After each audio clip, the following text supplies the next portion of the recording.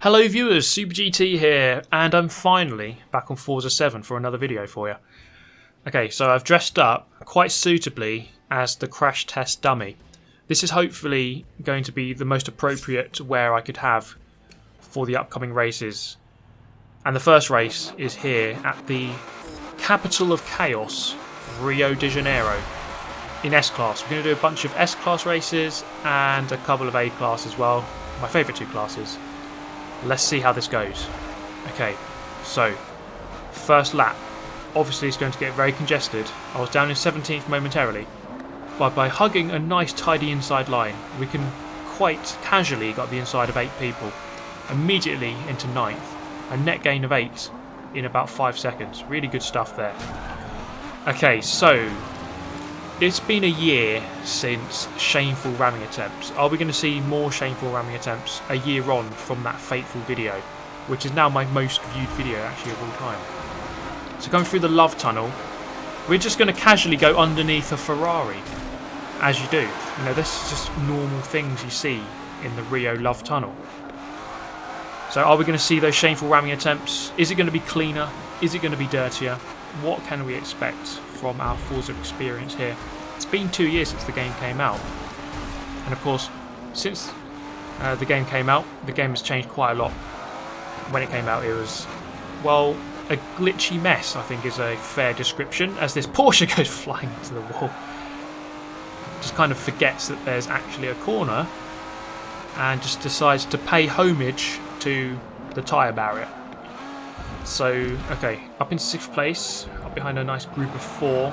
Always nice to see a big group of cars fighting each other, and hopefully try to fight your way through them, which we will aim to do in a moment's time.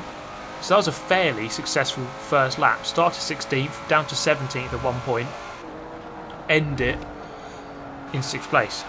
Can't complain too much. With this Viper for close attention now, looking around the outside, it's not quite going to happen for him there. Not around a long sweeping left hand corner like that. And then into the 90-degree right. This corner feels like a hairpin more. It's actually quite a tight corner. And on this occasion the GT40 lost out, but then he's got so much speed down the straight, he can really get those positions back quite easily. Vibe goes past. They don't quite have the power to compete. It's all getting very, very lovey up in here once again. No wonder we call it the love tunnel. Past the Evo on the outside, on the inside, sorry. And then through here we're going to have a nice, cosy coming together with the barrier. Wow, classic. Classic stuff there. Bumpers kind of got stuck in each other. And yes, I was turning left the entire time. And just the way that it works, basically. The game says, nah, you're not going to turn left here, mate. You're going into the wall. Have a visit into the wall. And, well, we had a rather fiery experience with the barrier. Okay, so past that Porsche, back into 7th. Can we catch up with this Evo? We can by halfway through lap number 3, down the hill. Goes a little bit wide, tiny bit of contact while we get through, okay. And then into this single line section, very tricky section this, as you're kind of riding the bumps, and he just takes almost no speed, forgets to accelerate. And we move up into 6th place with now a Lotus up ahead. Goes quite deep into this corner, but then gets the line okay on the way out. So I'm going to fast forward here again with the close attention of the Evo. Lotus just drift very wide into the wall, grinds to a halt, and we just go through the times of gaps and gain 5th position with less than a lap to go to the end of the race. But there's still a chance to gain a position as we come down here on the final lap before the GT40 having a close encounter with the barrier, or an actual encounter with the barrier, and losing position, then having a nice cosy experience with some tyres and another barrier. So barriers quite prominent during this race. Cross the line in 4th, and we have another example of a messy race here as we come through at Suzuka. This is an A-class now, gone for the O2 Corvette. People deploying smoke screens through Dunlop, not a very sensible idea. Causes chaos, everyone's sliding everywhere, up the inside of about 8 people. Alpha kind of doesn't really see me, turns in, go narrow. Evo up ahead, goes for a big Shameful ramming attempt on the Lotus. And I say attempt, I mean, well, it was an attempt and he completely succeeded. So will we see shameful ramming attempts? Yes, we will. You bet we will. Into the hairpin. We've gone up into second from about 11th at the start of the clip. GG, everyone. And then we go to the black hole. We just found ourselves in a black hole. Oh, sorry, no, it's just the loading screen playing up once again. So we drop down to 7th. One of those frustrating starts where you find yourself in a black hole. Don't you hate it when you're just suddenly in space in a black hole? Just the worst thing ever. And then it turns out you're late for your race. But we start anyway, and we're going to have to try to overtake a couple of people now. It makes it more interesting, I suppose. We find ourselves here at Dubai. This guy actually gives me space. Really nice stuff. Really good to see that. And then around the outside we go. Driving the Corvette here. And I would say thank you very much to everyone on Twitter. So I posted a question on Twitter. Can everyone recommend... Actually, it wasn't a question, was it? Can people recommend me A-class and S-class cars? No, that is a question. Can you please recommend me A-class and S-class cars? Just good ones, because it's been a while since I've updated my list. I've got plenty, 5 to 10 in each class, but it's always good to have more. And quite a lot of you replied, and I downloaded quite a few different cars. This being one of them. Corvette's actually really good in both A and S class. A lot of the Corvettes are very, very solid, it turns out. And a special thanks to AMR Lawrence, who gave me a very big list actually on S class cars, especially the best cars to use. And he does feature in this video, mostly at the front in the later races.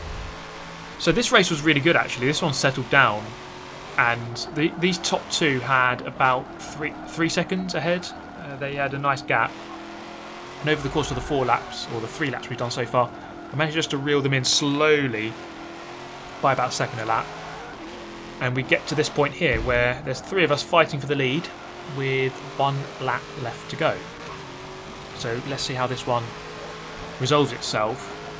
And the main question here really in this whole video is just how has the game sort of progressed? You know, it's been a year since shameful ramming attempts. People back then, I mean, the whole main thing of that shameful ramming attempt video was the fact that 2 people were a lap down after 1 lap, drifting and tried to smash people off. Are we seeing that kind of stuff anymore? Not quite. We're seeing this, where this guy just gets absolutely loaded wide. Kind of a same example as the Evo and myself at Rio, where your bumpers just kind of get stuck and you both have one destination, and that's the wall. It's kind of an awkward thing, just the way the physics work on this game, that sometimes your bumpers get stuck, and then you're just going into the barrier because you just basically go straight. So we find ourselves in second. I would say that there is definitely improvement though since shameful ramming attempts, because now we have ghosted back markers. We don't really see many back markers. I'm not seeing as many, nowhere near as many as I used to. You don't see people in the van with free candy written on the side trying to ram you off after 1 lap, after a lap down. We finish in first, somehow just getting the lead as that guy just bottled the final corner. The total time doesn't really add up, but that's because we found ourselves in a black hole at the start of the race, and that just completely distorts any element of time. Okay, so the next race is Le Mans, and Le Mans is always a different one because of course the very long straights. And this car was suggested to me, the Ford Falcon GT in A-class. You see the 8.9 speed, 4.8 handling, so it really does put all of its eggs in one basket, and that is straight line speed, and then anything resembling a corner, you're struggling. So let's see how this one goes down. Le Mans is always a different race. 1 lap, it's just a straight shootout of top end speed and lacking of brakes completely. Now you're going to have to look out for this Lotus, because this Lotus, well, I'm not sure he knows where he is. He's Brazilian, judging by his little logo on the top left there, but it looks more like an alien because the way that he's moving there is not quite technology that humans know about. Very, very strange. And he eventually gets bundled by this South African who probably had enough, doesn't know actually where he is, and he just gets shoved off the track. Does everyone a favour really. But here we go then, onto the Mulsanne straight, and this is where we can really unleash all of the power of this beastly Ford Falcon. Look at this thing go. It's an absolute monster once you get your foot down. And it quite easily tops 200 miles an hour, which is quite ridiculous for an A-class car. In fact, 215, 217, we're going to get almost 220 miles an hour before we get on the brakes for the first chicane. And I've actually judged that pretty well, I would say, as we meet the apex quite nicely. Having to brake quite conservatively, and of course it's quite tricky, well, it's very tricky, jumping into lots of different cars and then trying to judge your braking points without the braking line on. But that is part of the challenge, and you really do have to learn your brake marker points, and luckily that hasn't quite evaded my mind, even though we haven't played this game too much. But a lot of the time, a lot of these braking marker boards are kind of the same on a lot of different games, so it's not too much of an issue. So we were catching up with the leader here, leopard spots, but we have two people in close attention just behind, as you can see there. Brake into this corner then, quite early on the brakes. I think I probably would have made it, but just go into the back of the guy ahead. And then two guys behind joining into the party. And this tells a nice little story of an excursion into the gravel trap, as the two guys behind kind of get cozy with each other. We do look behind eventually into this corner. I just go for dive bomb of the Millennium and just bundle him completely wide. I was going to let him past here, and I inadvertently just blocked him. I just got in the way. I wanted to let him pass, but I just got in the way. So I think he's kind of annoyed with me there. I've shoved him wide with a dive bomb from 8 years back and then just blocked him off. Okay, so now he's got back ahead. We can resume the race. We're kind of even now, I hope. Maybe not. So I have the speed advantage over him, I think. You can see the mid-range acceleration is pretty good. And then we just overhaul him before we get to the Porsche curves. Now, this is the tricky bit. In these speed build cards, you're okay down this straight, or down the back straight, the Mustang straight. And then it's through this final section where you don't really have any straights. And you're going to be struggling. You're kind of treading water through here. All I can really do is just park at the apex and just hope that it's enough, but the guys behind can't quite get past. We are going to see another example though of the awkward, at times, contact system between the cars. As I come into here, I definitely brake too late. This is a big mistake. Should have braked way earlier than this, as we're just going to meet that tyre wall almost. Don't meet the apex, but almost meet the tyre wall. And into the final chicane, there's just the tiniest of taps from the red car, and it just straightens me out. And unfortunately, that race ended in quite a bad fashion.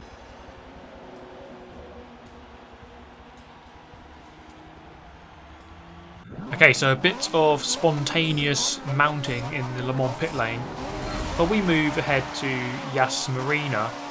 Now, Yas Marina is kind of like Rio for me. It's one of those tracks where you can get a good race. It's possible to get a good race, but a lot of the time it's just too cozy. The track design doesn't help people, but also people don't help themselves. As you can see with this Porsche, he's going to come in for a nice shameful ramming attempt and completely obliterate the V8 supercar. And when we say shameful ramming attempt, again, it was an attempt, but he completely succeeded, unlike in the actual shameful ramming attempts video where they missed. So, okay, we proceed through the first lap. It's going to always be a messy first lap here, but I would say it's hard to really judge compared to when the game first came out. I can't really cast my mind that far back, but I would say the overall quality is slightly better than it used to be, and certainly is better than a year ago, I think. Past these guys, down the back straight, this 458 has actually got a decent amount of power. It's not a car I've really thought about using before, but it turns out that it's actually quite good. Into this corner, just avoid some contact from behind. Proximity arrows telling, again, a nice story of what's going on behind. Thankfully, just avoiding me on this occasion. Look at that Dodge Dart go, that thing is absolutely flying down the straight. Up behind the BMW. And we got the inside here. They kind of get bundled up with each other. We're going to cut back on the outside, or on the inside on the exit, and complete the move through turn 2 and up into 6th place. So it's a battle of the Ferraris now as we come down towards the next hairpin, chicane, sorry. And we're going to go late on the brakes. Look at that. Around the outside. Sensational move. Randomly a packet of discos appears. I'm not sure why. Really just could not figure out why that packet of discos just appeared on the apex there. But it did. Avoided contact once again. People just poking into the bottom of the screen to say hi. And thankfully we just avoid them. Look at that big group behind. I'm just so glad I'm not in there. I'm away. I'm free to kind of lap on my own without the worry of 8 people surrounding me immediately. Now into this corner, I brake a little bit too late, but thankfully it kind of worked. You see that Porsche turned in, and then I think he got turned around by the Dodge. So perhaps braking a little bit too late there was actually a good thing, because I actually inadvertently avoided contact. And I suppose it's just an instinct you get when you play Forza. It's half racing and trying to put in some good laps. It's half trying to avoid getting sent to the Shadow Realm. That's kind of a key skill on this game. And if you can master avoiding getting sent to the Shadow Realm, then you're halfway there. You just need to get quite quick now if you can do the other half. Now into this chicane, a little bit past the first apex. We're going to meet the second apex just. And then into the hairpin. Catching up with this Noble. That's a much better entry that time around. Catching up with the Noble M600. It's a 6-lap race, so we've got some time here to try to hunt this guy down. The group still lurking quite ominously in the distance behind as we move up into 4th. It's almost like a scene out of Mad Max, where you've got that big horde of people just hunting you down and you're just trying to escape. As soon as you're in that pack, they're not going to be nice to you, you know. So you have to really make sure that you do not get caught by the group. You're just going to get torn to shreds. Okay, we completely bottled the first corner. Honda goes through, so I'm down to 5th. So just at the point when I caught the Noble and hoping to make a move, I'll make a mistake and lose the position instead. We still have a lap and a half to go though, so still potential for this race to go the other way. The Noble already going quite defensive, it looked like, into the chicane. He knows already that the top 2 are just gone. There's no chance really of catching them. It is therefore a battle for 3rd. We might as well just fight for 3rd. As we come down this back straight then, I'm not sure how good this Honda was. It looked really good in terms of handling. It is fairly decent in straight line speed. The Noble is very quick as well. It looks like we're all fairly even. Can we try a nice late lunge into this braking point, braking just before the 150? And we're going to go up the inside. We're going to clip the apex, and it's a perfectly judged move. As we move up into 4th once again, can we resume our battle with this Noble through the final corner? Not quite as quick through there as I would have liked. This Honda very, very close behind. I'm going to give him the space on the outside just to stay there, but he's not going to be able to go around the outside as we just try to take our racing line there. Can we get past this Noble with three-quarters of a lap left to go? Through the sweeping right, down towards the chicane. Again, the Honda right behind us. It's quite a tough position to be in as I just bounce off the Noble. Quite a tough position to be in, trying to attack whilst also defend. And I just completely misjudged this. I just turned left a little bit too early and move into the back of the Noble. Causes a bit of a concertina effect. This Porsche comes up the inside of the pair of us. I'll just get the slingshot on the way out and resume 4th position. So unfortunately that race kind of ended a bit awkwardly as we made a bit of contact. I suppose I'm not quite as fresh on this game as I would like. This race was fairly good. At least the first third of a lap was. Up the inside from 2nd. Gone for the Pontiac in A-class now. This Pontiac Solstice is actually a really good car. Really manageable. Just hanging on the inside here just to make sure this guy doesn't get a cutback on me. And then into this chicane a little bit too deep. Just about going to get through. And I would say the one weakness maybe is straight line speed, but around a lot of the sort of average handling circuits, tracks that aren't too favoured in terms of speed, this car is very, very good. Now the Corvette does go past there, goes a little bit too wide into this one, and he's going to pay for that on the way out basically. As you can see here, go for the switchback and perform a nice move on the way out and regain 1st place. So 1st place there, we move to A-class once again, and I'm going to go with the Honda, the one that you featured in that Yas Marina race. This is actually a really good car for A-class. I think the Honda NSX, there's a lot of manufacturers which just do really well in this game.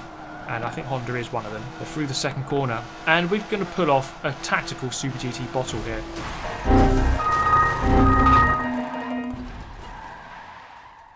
Very, very silly move from first place, and I always forget there's a tiny little hole in the barrier, and it can really spell the end of your race. I'm not sure what that Porsche was thinking, but he only really succeeded in wiping himself out. Okay, that's not the first time. I will admit, right, that is not the first time I've done that. Accidentally smashed into that little hole in the barrier. Just forget that it's there. I've actually done it in league racing before. Like, how stupid is that? Okay, so we've got a lot of work to do here. Can we get a couple of positions back at Rio? We start the video at Rio. We end it at Rio. Everything revolves around Rio. Subaru into the wall. We're going to go past him. Down the hill, into this fast, dangerous left-hander. Alpha into the wall. Bounce it back off of it. Just avoid him. In fact, we did make contact on the way past. But thankfully, not enough contact to slow us down. But big group up ahead. Okay. Fresh meat for Super GT to try to overtake. Is it possible? How many positions can we gain? We were, I think, went down to 15th after the Windows XP error of hitting the wall on the first lap. Around the outside of the Lotus. So this Honda actually fairly decent. It's a good all-rounder. And we saw that in the Yas Marina race. Okay, into the first corner, end of lap number 1. And the Lambo going a little bit too wide. I'm going to go past him on the way out. Mercedes 190E up ahead now. He's going to go a little bit wide. Yes, he is. Not too bad. We're going to get the speed on the way out. It's all about getting on the power as early as you can. I'm not going to go into the barrier this time. And going to nicely clip that apex. And just, there's an awkward bump there on the exit. It can throw your car off. On this occasion, we're okay. Coming up towards the Love Tunnel. We haven't seen any big scenes of love like we did in the first race, but that's perhaps a good thing. As oh, okay, I cancelled that. We've seen it now as this Alpha gets acquainted with the inside barrier. Plenty more going on here. There's 3 people crashed in the barrier, in the wall that time, through the tunnel. Lotus a little bit wide, up into 4th. And this is a big theme of Forza. A lot of the time, especially through the mid-pack, just by keeping it clean and not crashing and not getting acquainted with tyre barriers, you're going to make up positions. As people, well, they crash and get acquainted with tyre barriers. You're going to go past those people. It's the people at the front. There's always going to be a couple of people at the front who are just tidy, clean, they're not making mistakes, and they're fast, and they're going to be the hard ones to beat. And we're going to come across a couple of those people now. So up behind, the John Redcorn in the O2 Corvette, and that turns out to be a really good car in both A and S class. That 3 of 4, and I couldn't quite get past him, so I managed to get really close to him, but then couldn't really get into a position to get past. We were catching the guy in the lead though, so that is something. So 3.3 second gap at this point at the end of lap 3. As we're going to fast forward slightly here. Into the first corner, I literally hit that apex as hard as you can hit it. As possible as it is to hit an apex, is what I just did there. Through the second corner, this Honda really feels very good. And I almost go wide into the scene of the accident of the first lap, but just avoid it. Into the corner of turn 3, yeah, turn 3. Now very close, up behind the Corvette. I don't quite have the power of that Corvette though. 2.7 the gap to the leader, so we are gaining, still gaining. And this is going to be where we can just talk about the game so far. So I would say that since coming back, just playing this game online for a few days, I would say that it's actually, my experience was a lot better than it was before. I'll say, I suppose that once the game has been out for a long time, and it's been out for 2 years now, that it does clean up eventually, or more than it was before. I think that's one way of putting it. So you can have good races, you can definitely have some good races here now. It just depends exactly where you are on the pack. It depends on the track, I suppose. A track like Rio, it's always going to kick off, as it's just the way that it is. When you've got a love tunnel thrown in there in the middle of the lap, you know, it's just always going to kick off. We did catch up with the leader. It's not going to be enough though. We're going to finish in 3rd on this occasion. And that is pretty much going to wrap up this video. I do hope you've enjoyed it. Always good to be back on Forza 7, and thank you to all the Forza 7 subscribers who have been sticking around for so long. But may well have to play this a little bit more because that was good fun. Well, that's it. Thank you so much for watching, everyone. I do hope you enjoyed the video. If you did, maybe consider subscribing if you're new to the channel, and hit the like button if you did enjoy. I shall see you all next time. Thank you so much for watching. Have a nice day. Goodbye.